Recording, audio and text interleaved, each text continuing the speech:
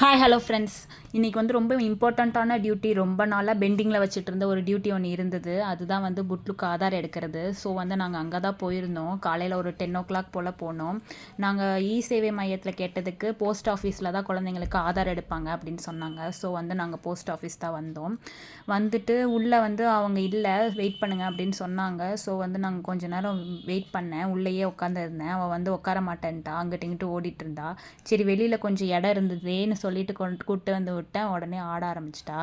சரி அப்படின்னு சொல்லிட்டு அவள் கூட நின்றுட்டு இருந்தேன். கொஞ்சம் ஜெராக்ஸ்லாம் எடுக்க வேண்டியது இருந்தது. அதனால குவிராவோட அப்பா வந்து அங்கே போயிருந்தார்.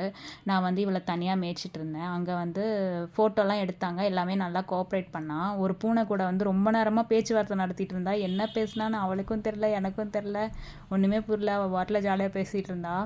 ஒரு சர்வர் இஷ்யூனால 3 டைம் போஸ்ட் கொடுக்க சொன்னாங்க. 3 டைமும் கரெக்டாக போஸ்ட் கொடுத்துட்டா. வீடியோ பிடிச்சா சப்ஸ்கிரைப் பண்ணுங்கள், கமெண்ட் பண்ணுங்கள், லைக் பண்ணுங்கள்.